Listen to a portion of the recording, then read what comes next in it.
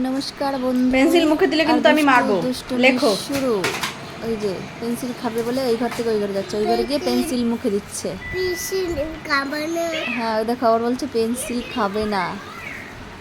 কি লিখছো? ব্যথা হয় বলবে, আবার খাবে। হ্যাঁ হ্যাঁ ব্যথা হয়। এরপরে আমি রান্না বসাবো, তার আগে একটু জানলা দিয়ে দিচ্ছিলাম আর একটু কিছু খাবার খাচ্ছিলাম। খেতে খেতে একটু দেখলাম, দেখে নিয়ে বাস আর ভাত রান্না বসিয়ে দিলাম। এরপরে ফুলকপি ভাজি, ফুলকপি আলুর তরকারি আর একটা সবজি করবো, নিরামিষ ফুলকপি আলুর তরকারি। ফুলকপিটা ভেজে নিলাম। এরপর আমি ওই যে আদা বাটা আর মশলা দিয়ে একসঙ্গে রেখে দিয়েছি। আলুটা আগেই ভেজে নিয়েছি।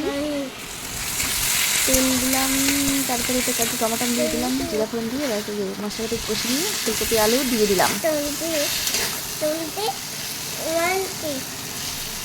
দিয়ে কষিয়ে নিচ্ছি। একটু জল দিয়ে দিলাম, জল দিয়ে কষিয়ে নিয়ে ব্যাস কষিয়ে দিলাম। এই যে হয়ে গেছে। তারপরে সন্ধ্যাবেলা একটু বাইরে বেরোবে। আর দুষ্টু দেখো সেজেছে ওর পাপাকে দেখাই, প্রতিদিন আমি বলছি দেখাও কি দেখাচ্ছে, কি পড়েছে। কাজল কি মেরে মামা কাজল পড়ছে তাই দেখে। লিপস্টিক পরেছো? কে লাগিয়ে দিয়েছে লিপস্টিক? মামা লাগিয়ে দিয়েছে। কাজল কে লাগিয়ে দিয়েছে? মামা এইটা, মামা ওইটা। তারপরে যে আমি রেডি হয়ে দুষ্টুকে বললাম আসো একটু, এসে আসলো না। এবার আমি একটু রেডি হয়ে আমি নিজেকে নিজে একটু দেখে নিলাম। দেখে নিয়ে ব্যাস দুষ্টু আগে চলে গেছে, দুষ্টু পাপা। আমি নামছি সিঁড়িয়ে, যাচ্ছি টুক টুক টুক টুক করে। বাস এই যে গাড়িতে চললাম ঘুরে ঘুরে নিলাম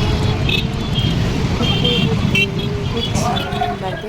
এরপরে আসার সময় আমার মনে পড়লো একটা বোর্ড নেওয়ার দরকার। তারপরে ওর পাপা বললো এখানে গাড়িতে ওখানে থাকো, ব্যাস দুষ্টু আর থাকবে না, পাপার কাছে যেতেই হবে। ওই যে চলে গেল।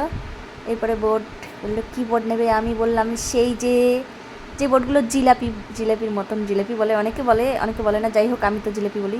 ওই একটা বোর্ড নিয়ে নিলাম। তারপরে আর একটু পাপার একটা কী বললো, এগুলো কী বলে, কিসের চার্জার 3 পিন না কি একটা, যাই হোক সেগুলো একটা নিল। নিয়ে ঘরে চলে আসলাম, দুটো সবজিও নিয়ে আসা হলো। ব্যাস ঘরে এসে এই যে দুষ্টু ওর পাপার ফোন নিয়ে ফোন ঘাটে দেখো। হ্যালো বললা না তো তুমি।